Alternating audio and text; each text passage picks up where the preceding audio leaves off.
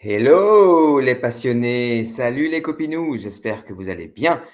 Vous avez remarqué pour cette vidéo, j'ai toujours envie de dire vidéo montée, mais ce n'est pas le cas. Pour cette vidéo, j'ai changé un petit peu de décor, hein. Je suis actuellement dans mon salon et je voulais simplement commencer cette petite intro.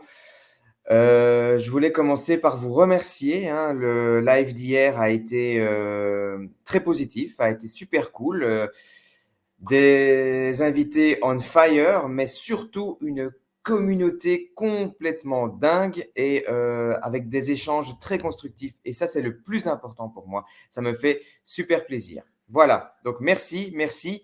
N'hésitez pas à soutenir, la passion du comédien présente, LPDC pour les intimes, en likant, commentant, partageant cette vidéo.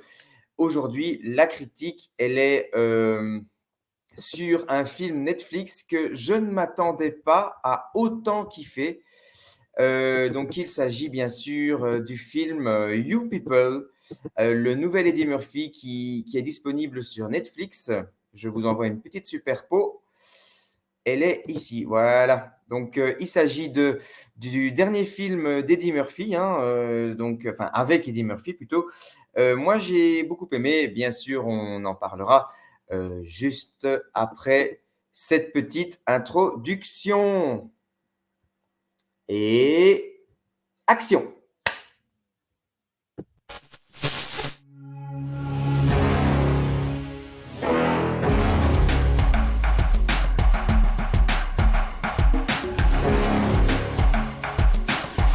Qu'est-ce que c'est que ce cinéma? Qu'est-ce que c'est que ce métier? Où tout le monde couche avec tout le monde, où tout le monde se tutoie, où tout le monde ment. Mais qu'est-ce que c'est?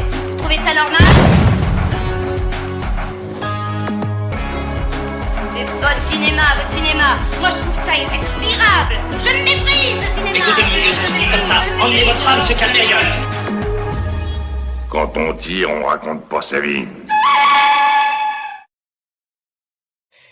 Et voilà, donc You People, nouvelle production Netflix avec Eddie Murphy et un acteur que j'aime vraiment beaucoup, Jonah Hill.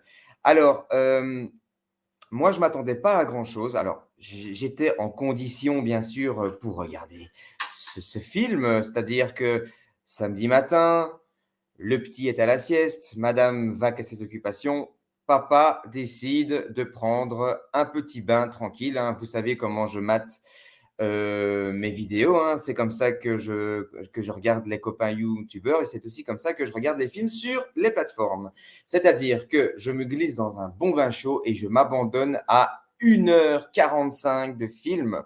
Alors, Eddie Murphy a eu pas mal de comebacks qui ont été assez décevants, notamment le dernier, hein, Un prince à New York 2, je ne l'ai même pas terminé, tellement que je l'ai trouvé nul.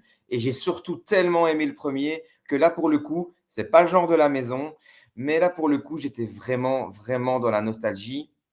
Et le fait est que ça n'a pas pris du tout. Donc, on zappe, on oublie. J'ai regardé 40 minutes, c'était déjà trop pour moi. Et ici, avec You People, 1h45 de film et ça m'a semblé assez court. En fait, l'histoire est simple, hein. Donc, Jonah Hill, excusez-moi, je retiens toujours très mal, vous le savez, les noms des personnages, à moins de s'appeler James Bond, John Rambo ou Rocky Balboa, j'ai beaucoup de mal à retenir les noms des personnages. Ici, c'est Jonah Hill, hein, qui joue le rôle d'un podcasteur qui voudrait percer dans le milieu. Il n'est pas une star du podcast, mais il a un petit taf, on va dire, honnête, qui ne pète pas plus haut que son cul, comme on dit. Et il fait la rencontre d'une afro-américaine, une musulmane. Et donc, évidemment, c'est le choc des cultures. Alors, la grosse difficulté, ils sont amoureux, ils passent une nuit ensemble, ils décident de rester ensemble, ils sont super amoureux. Et vient le moment où les parents sont amenés à se rencontrer. Et évidemment, le choc des cultures se met en place. C'est truffé, truffé donc de référence évidemment à ce qui fait la culture et musulmane et juive. Évidemment, c'est une confrontation. C'est un film qui n'est pas sans rappeler, vite fait, hein, Mon beau-père, mes parents et nous. Moi, ça m'a fait en tout cas très fort penser à ce film-là. Et j'avais déjà beaucoup aimé, surtout le décalage de Barbara Streisand et Dustin Hoffman. Les parents forniqués sont hyper bien castés, je trouve, et surtout le boulot est super bien fait. Et bien ici, c'est exactement pareil. On peut évidemment, comment dire, critiquer si on veut, pour parler de critique, on peut juste regretter que dans le couple formé par Eddie Murphy et Madame Murphy, ça soit évidemment la star Eddie Murphy qui prenne toute la place devant sa femme. Mais malgré tout, il prend de la place, mais il reste encore assez sobre dans son jeu. Euh, donc c'est pas l'Eddie Murphy du flic de Beverly Hills de 48 heures. On est très loin de ça. On est, on va dire, un Eddie Murphy qui, moi j'aime dire à mes élèves, quand vous jouez du comique, soyez premier degré dans votre comédie.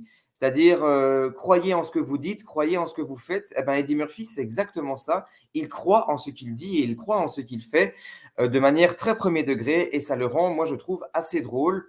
Euh, un peu comme le faisait Robert De Niro dans Mon beau-père et moi, quoi. Un peu la même chose. Et ça le rend très drôle. Mais le clou du film, pour moi, vous le voyez, ce sont les deux personnages à gauche de l'image. C'est le bien-aimé, je l'adore, David Duchovny, qui joue le rôle du papa de Jonah Hill, un juif, mais finalement plus afro-américain en tout cas dans la culture, complètement fan de Xzibit. C'est complètement dingue, rien qu'à vous le dire. Il est complètement dingue de Xzibit. C'est carrément un modèle de vie pour lui. Son parcours l'inspire énormément. Et lui, pour le coup, pour moi, c'est l'acteur que je retiens du film parce qu'il est formidable. Alors, l'actrice dont j'ai oublié le nom, donc la maman de Jonah Hill, elle est formidable. Je ne la connaissais pas. Donc, elle veut tout bien faire. Elle veut correspondre à la société actuelle. Elle est dans le wokisme à mort. Elle aime. Alors, elle rêve de fonder une famille multiculturelle pour justement être dans la mouvance culturelle moderne. Elle est à fond dedans et le pendant de cela, c'est que à force de vouloir trop bien faire, elle est hyper maladroite. Et ça donne du comique pardon, de situations très bien tombées, très bienvenues. Je vais par exemple prendre en exemple une scène, moi, qui m'a fait mourir de rire, peut-être pas vous, parce que j'ai l'habitude de ne pas rire aux mêmes endroits que la plupart des gens. Tout comme j'ai l'habitude de ne pas avoir peur, de ne pas être ému aux mêmes endroits que la plupart des gens non plus. Donc, quand Babylone m'a été conseillé, vous savez ce que je pense de ce film, je ne reviendrai pas dessus. Mais on m'avait dit, tu verras, Brad Pitt, à un moment, il est hyper touchant. Ben, j'ai pas trouvé, voilà, je ne l'ai pas trouvé touchant dans rien, malgré tout l'amour, vous le savez, que j'ai pour lui. Mais là, pour le coup, une scène, moi, qui m'a fait rire, c'est par exemple, elle veut aller avec sa belle-fille, je le rappelle, qui est musulmane. Elle veut aller, de mémoire, je crois que c'est chez le coiffeur ou faire du shopping. C'est une sortie entre nanas. Et bien, en fait, elle se fait dépasser par une personne. Et donc, elle dit, oui, voilà, tu trouves ça normal? Alors, elle en fait des caisses, hein. Donc, elle se dirige vers sa belle-fille en lui disant, tu trouves ça normal? D'habitude, je suis toujours la première à passer, mais aujourd'hui, parce que je suis accompagnée d'une Afro-américaine, eh bien, je me fais dépasser. Non, mais toute faussement révoltée.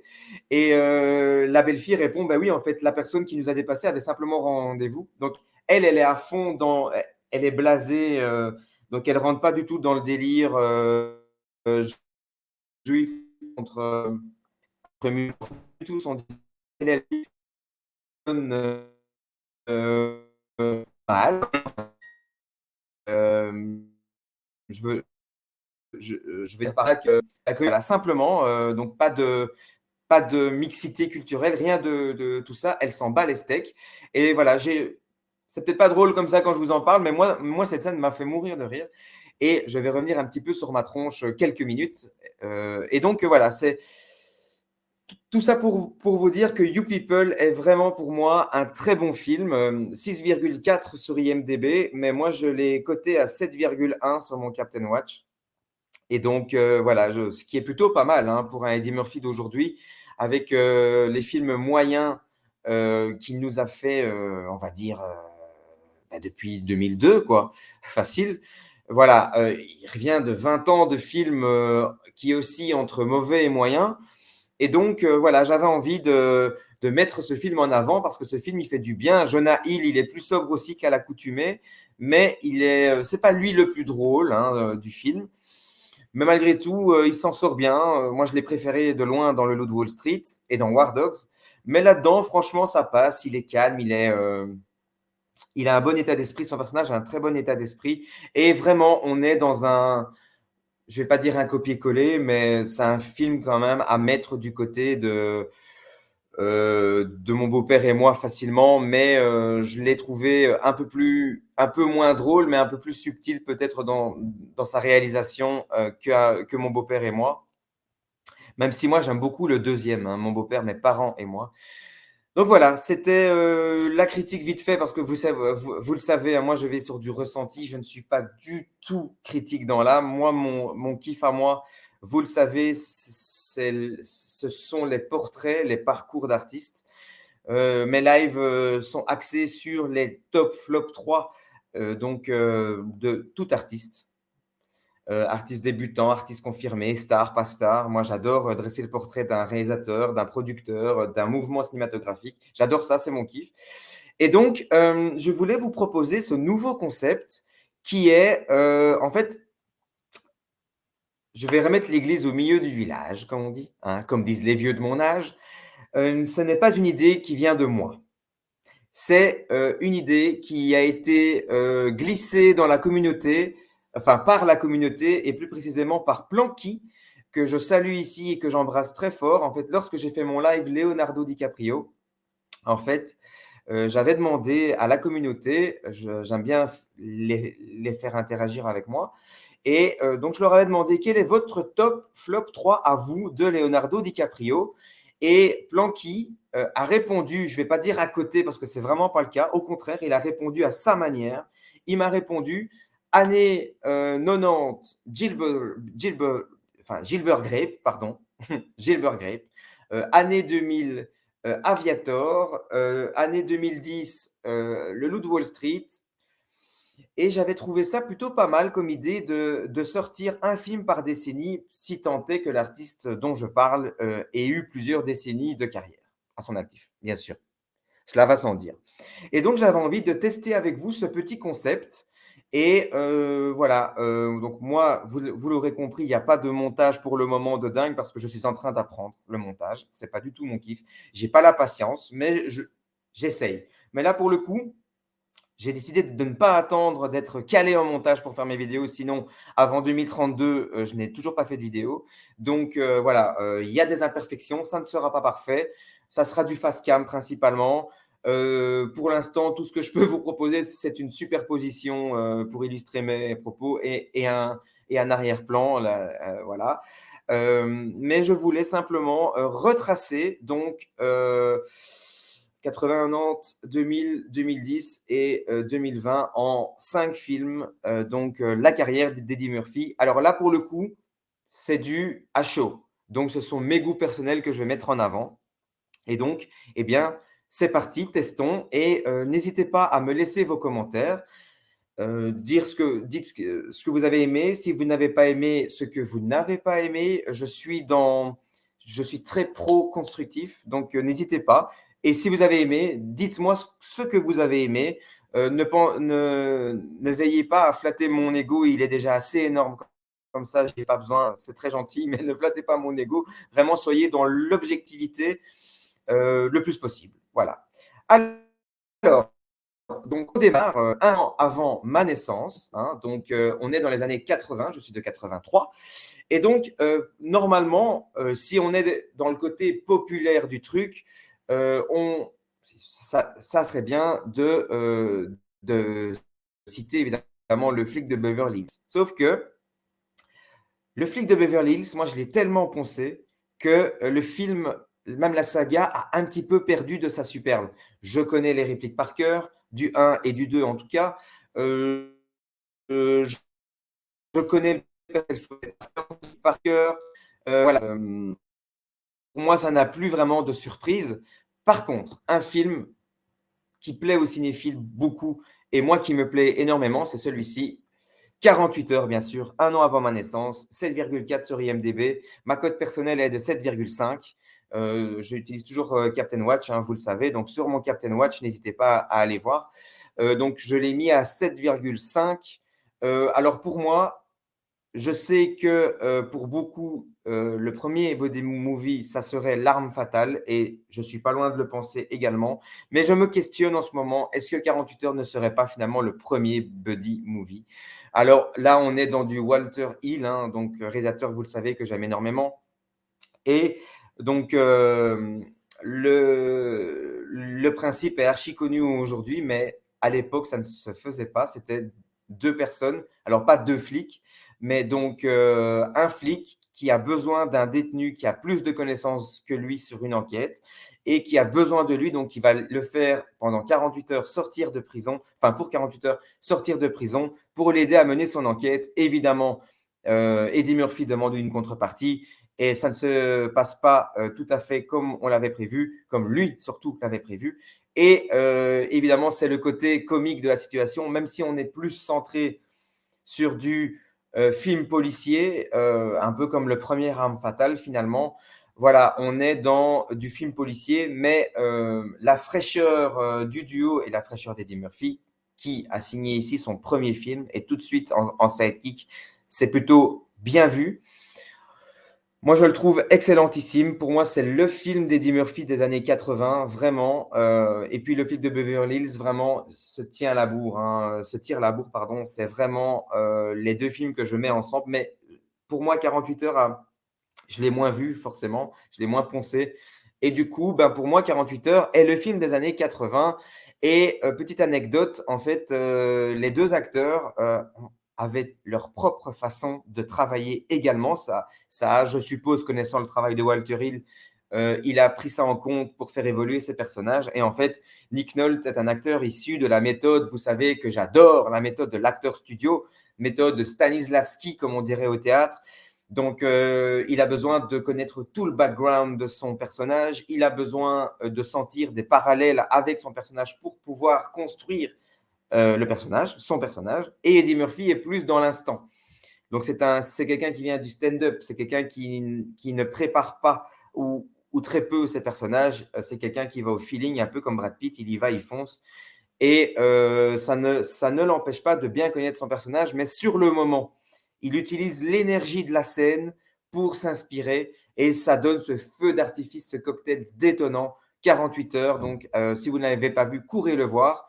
N'oubliez pas, c'est un vieux film, comme disent les jeunes, hein. Le film a 41 ans. Et donc, voilà, c'est un film qui, pour moi, n'a vraiment pas vieilli. James Remar a débuté un de ses premiers films, enfin, c'est un des premiers films de James Remar qui est Le Cavalier Noir dans Dexter, bien sûr. Donc voilà, 48 heures, film des années 80. Alors maintenant, on bascule dans les années 90. Et je le cherche, excusez-moi, je vous l'avais dit, hein. Ah oui, voilà. Alors, ici, on n'est pas du tout dans un chef-d'œuvre, mais on est dans un film que j'aime beaucoup, Eddie Murphy dans un second rôle. Non, ce n'est dans un second rôle, dans un double rôle. Non, ce n'est pas le professeur Folding que je trouve assez mauvais. C'est plutôt Bowfinger, roi d'Hollywood. Alors, je sais que ce film, 6,1 sur IMDb, moi je lui ai mis la cote de 7. Alors, évidemment, vous savez que j'adore les films qui parlent de cinéma. à part Babylone. Mais j'adore les films qui parlent de cinéma. Et ici, c'est un film qui fait référence au cinéma de Roger Corman, pour lequel j'ai quand même une certaine affection.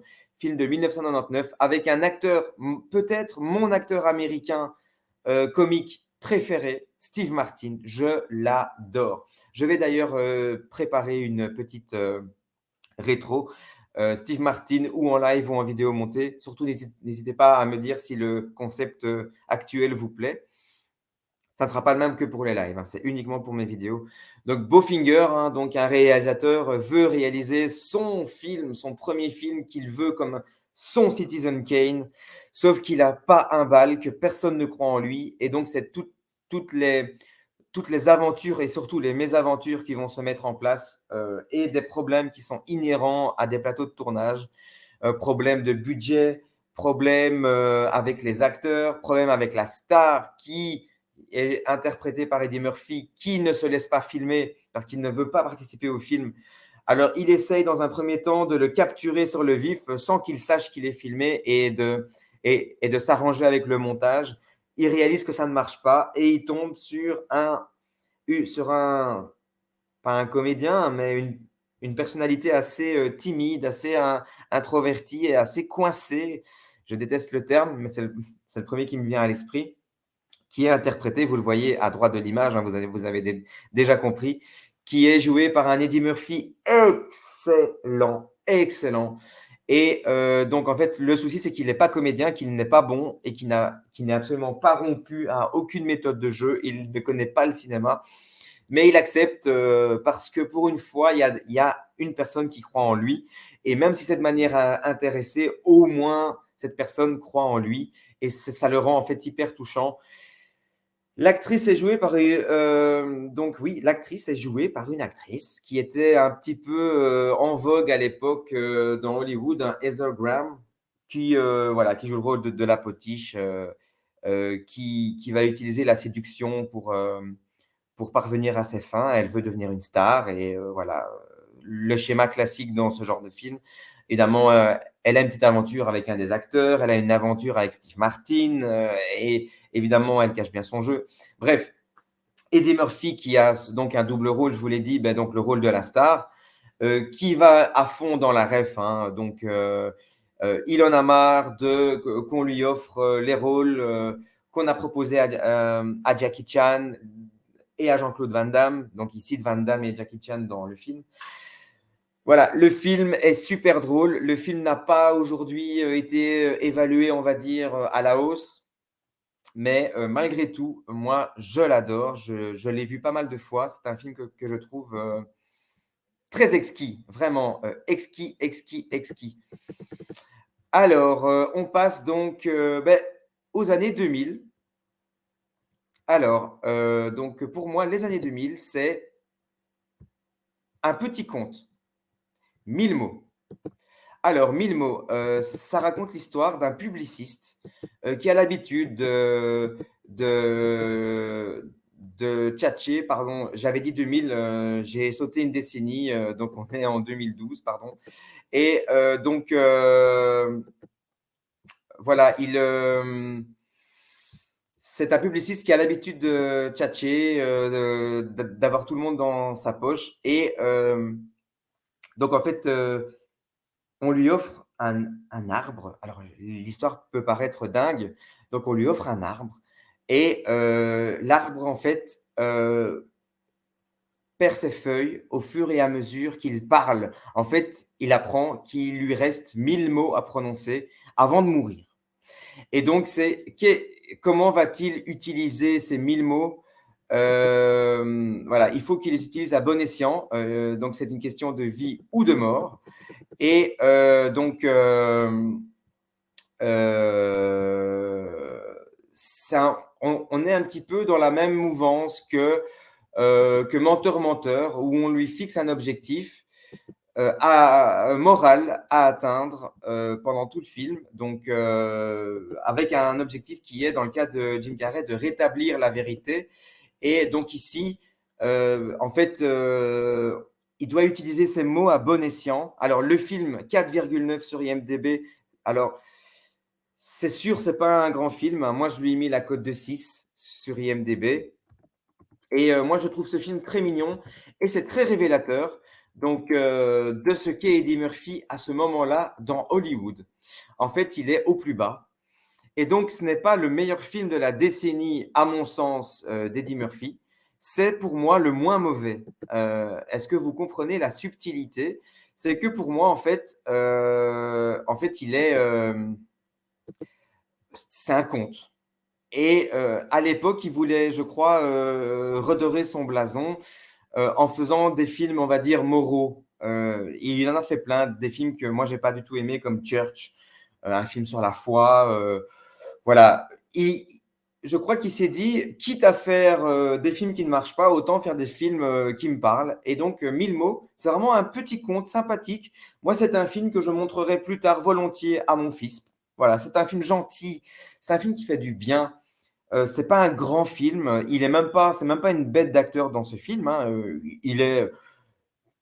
Il est à mi-chemin entre la drôlerie auquel il nous a habitués dans les années 80 et 90 et la sobriété qu'il va commencer à mettre en place à partir des années 2000. C'est un petit film gentillet, film de 2012. Voilà, un petit film cool à voir en famille le dimanche après-midi. Je ne sais même pas s'il est distribué sur une plateforme, mais c'est un petit film gentillet. Et donc, nous allons enchaîner. Donc, excusez-moi, j'avais sauté une décennie. Hein, donc, avec les années 2000. Et voilà, Showtime. Pareil. Là, je crois que c'est le moins mauvais film de la décennie. Alors, c'est pas un excellent film. Alors, pourquoi je l'ai choisi? Parce que, bah, déjà, moi, j'aime son rythme. Moi, j'aime bien quand on utilise dans un film ce qui se fait à la mode dans la société. Bah, année 2000, on est à fond dans la télé-réalité, aussi bien aux États-Unis que chez nous. Hein. Love Story et Star Academy ont fait leur arrivée sur nos écrans en 2001. Bah, là, le film est de 2002.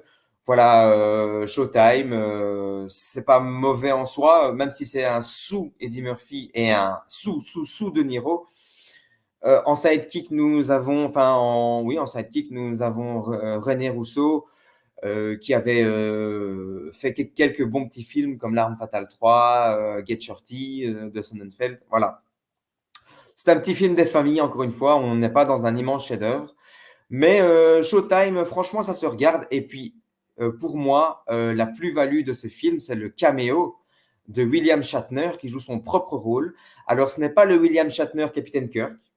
C'est, souvenez-vous, surtout les vieux hein, de mon âge, est-ce que vous vous souvenez de cette série policière, Hooker, qui a eu un immense succès et donc dans lequel William Shatner a eu un second souffle dans sa carrière grâce à cette série que moi j'avais adoré complètement, j'avais adoré Hooker. Et ben voilà, c'est un William Shatner, c'est un caméo qui fait évidemment référence à Hooker.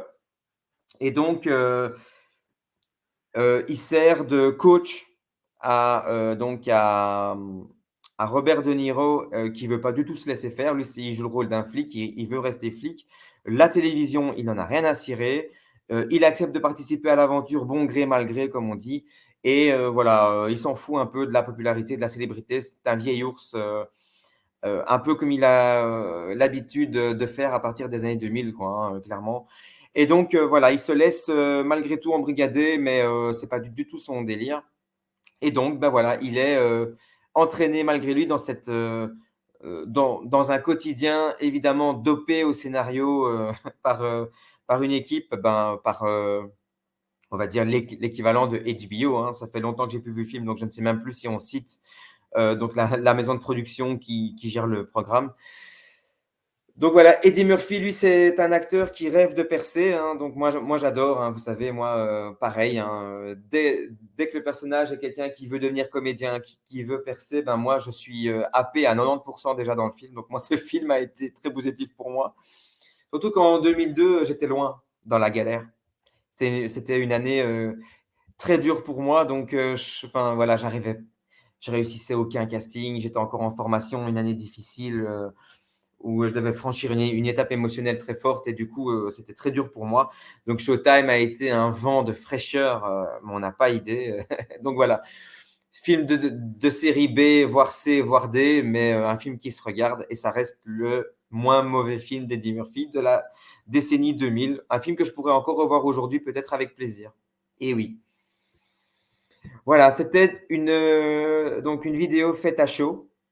Donc, je n'ai pas préparé comme j'ai l'habitude de le faire avec mes lives. Donc, voilà, j'y étais à l'instinct. J'ai juste retracé vite fait la filmographie d'Eddie Murphy. J'ai pris le film que je considérais comme les plus regardables, voire les meilleurs pour les premiers. Et voilà, j'ai décidé de faire cette vidéo dans cette optique-là. Dites-moi ce que vous en avez pensé dans les commentaires. Soyez honnête, soyez dans le respect si vous n'êtes pas d'accord avec moi. Comme d'habitude, j'ai l'habitude de… Je pense que ça va être ma tagline. Soyez dans le respect. Je trouve que ça manque au jour d'aujourd'hui. Et en tout cas, ça me manque. Donc, allez-y gaiement. Voilà, donc regardez du Eddie Murphy cette semaine et dites-moi ce que vous en avez pensé. Regardez même les films que vous voulez d'Eddie Murphy et proposez-moi des films que je n'ai peut-être pas vus. Ça m'étonnerait, mais essayez quand même. Le plus important est d'essayer. Je vous souhaite une bonne semaine. Vous savez que je suis dans la transparence. Là, il est lundi, 11h29, mais la vidéo sera postée à 16h mercredi. C'est ma semaine de nuit au boulot, donc à mon avis, à 16h mercredi, je dormirai encore.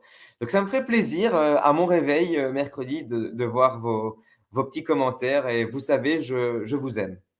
Ça peut paraître bateau, mais recevoir vos avis, recevoir vos critiques, eh ben, moi, ça me hype. Et depuis que j'ai créé ma chaîne, voilà, je tenais à vous le dire, hein, c'est mon petit moment, vous le savez, j'adore vous ouvrir mon cœur. Ben, je regarde le cinéma différemment. Et quand je regarde un film, je me dis, est-ce que je vais en parler sur ma chaîne? Est-ce que ma commu, est-ce que ça va leur plaire? Voilà. You People, j'ai pensé à vous pendant 1h45 et je me suis dit, je vais en faire une vidéo. Merej, que je remercie, a fait une vidéo. Je n'ai pas encore vu de youtubeur en faire. Mais Merej, je ne sais pas si c'est voulu ou non, mais il a oublié, en tout cas, il n'a pas mentionné David Duchovny, donc c'est pour ça que je me suis attardé sur le personnage de David Duchovny. Regardez-le. Il est formidable dans You People, donc voilà, je vous rappelle, regardez-le si vous ne l'avez pas encore vu, You People. Moi, j'ai adoré en tout cas, c'est très perso, mais moi, j'ai adoré. Donc, je vous souhaite une belle semaine, je vous embrasse et… comme d'hab, action, mais non, coupé. Générique.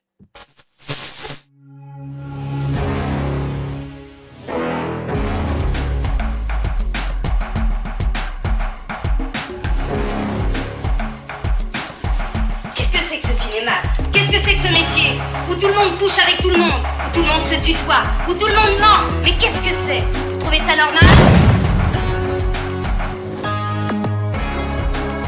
Votre cinéma, moi je trouve ça irrespirable. Je le méprise, ce cinéma. Écoutez-moi, je vous dis comme ça. Emmenez votre âme se calmer ailleurs. Quand on tire, on raconte pas sa vie.